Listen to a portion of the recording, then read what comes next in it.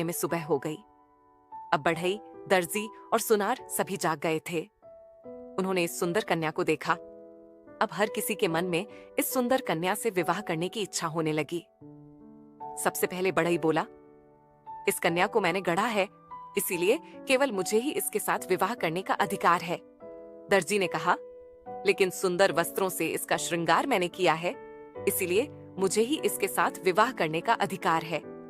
सुनार ने कहा, इसके साथ विवाह करने का अधिकार मेरा है, क्योंकि मैंने ही इसे सोने के सुंदर आभूषण पहनाए हैं। ब्राह्मण ने कहा, यदि मैंने इसे जीवित न किया होता तो क्या तुम लोग इससे विवाह करने को तैयार होते? मैंने इसे जीवन दिया है, इसीलिए केवल मुझे ही इसके साथ विवाह करने का अधिकार है।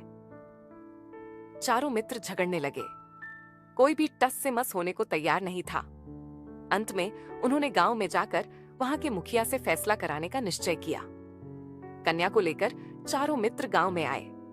उन्होंने मुखिया को सारी बातें बताईं। मुखिया ने थोड़ी देर सोचने के बाद अपना फैसला सुनाया। बढ़ई ने पुतली बनाई और ब्राह्मण ने इसे जीवन दिया, इसीलिए दोनों इसके जन्मदाता माने जाएंगे। अतः बढ़ई या ब्राह्मण इसके साथ विवाह नहीं कर सकते। दर्जी ने पुतली को वस्त्रों से सजाया है। इस प्रकार का उपहार ननिहाल की ओर से आता है, इसीलिए दर्जी पुतली का मामा हुआ। अतः दर्जी भी इसके साथ विवाह नहीं कर सकता। कन्या को गहने वर पक्ष की ओर से दिए जाते हैं, इसीलिए सुनार का इसके साथ विवाह करने का अधिकार बनता है।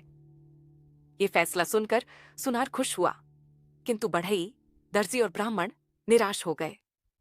लेकिन उनके सामने मुखिया के फैसले को स्वीकार करने के अलावा और कोई चारा नहीं था। फिर सुनार के साथ कन्या का विवाह बड़ी धूमधाम से हुआ।